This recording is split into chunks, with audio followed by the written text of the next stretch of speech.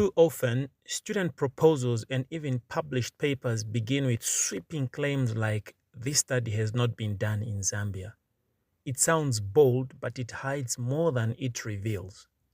It may reflect a shallow literature review, a disregard for unpublished or local knowledge, a failure to specify what kind of gap exists, and sometimes it's a shortcut to avoid engaging with existing scholarship. Think of a time you saw or you wrote a statement like this. What did it actually mean? What did it leave out? In this presentation, I want to address the issue of why a statement such as "this study has not been done in Zambia" is not enough. There are many types of research gaps, and I want to address 6 of these. These are empirical, theoretical, population, evidence, methodological, and contextual gaps. Instead of saying "this hasn't been done in Zambia," ask the question, what kind of gap am I addressing in my study? Now let's walk through each type with real examples. Let's begin with the empirical gap. For example, while Chanda 2025 documents barriers to rural education in Kitwe district, including poverty and infrastructure deficits, there is limited empirical data on peri-urban copperbelt schools where mining-linked migration and informal settlements create distinct educational challenges. The empirical gap here should justify new fieldwork, as you can see in the example. So you have to specify where, what kind of data, and why it matters. Number 2, the theoretical gap. For example, transformative learning has been applied to civic education in Lusaka and agricultural extension in Mazabuka, but its application to secondary science pedagogy in Zambia remains unexplored. This study tests the theory's relevance in fostering critical thinking among grade 11 science learners in Kitwe. So don't just name a theory.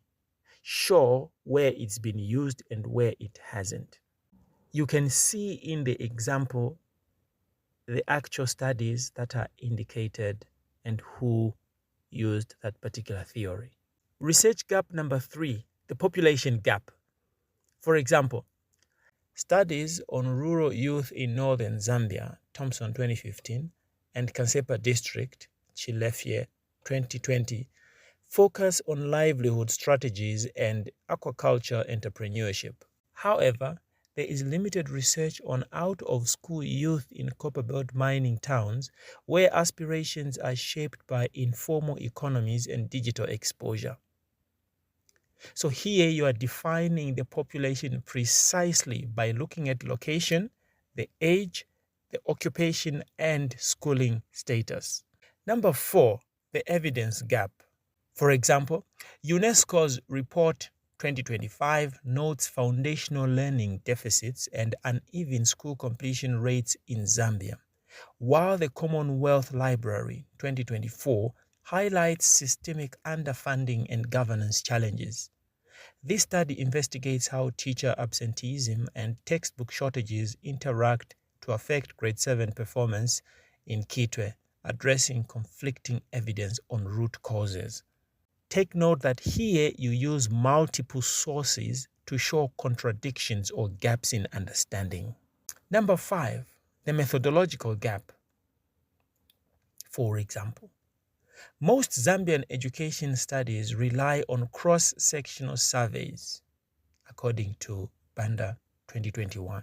This study uses a longitudinal mixed methods design to track changes in student engagement over 3 terms in a Kitwe university, offering rich insights into learning.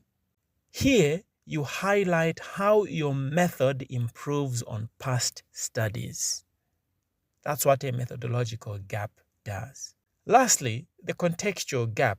While Moyo 2022 explores how Bemba and Tonga cultural values affect girls' education, there is limited research on how urbanized Bemba families in Kitwe negotiate traditional norms with modern schooling.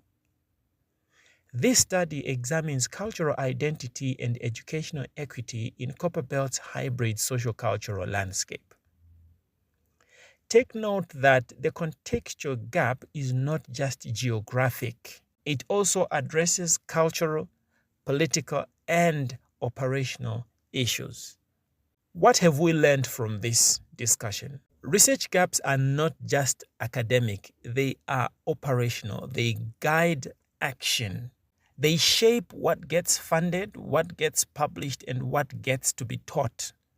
By naming gaps precisely, we honor the complexity of the realities we live in, and they help us to build research that matters. And so before you write your next proposal or supervise your next student, ask the question, what kind of gap am I really addressing, and how do I know that this gap exists?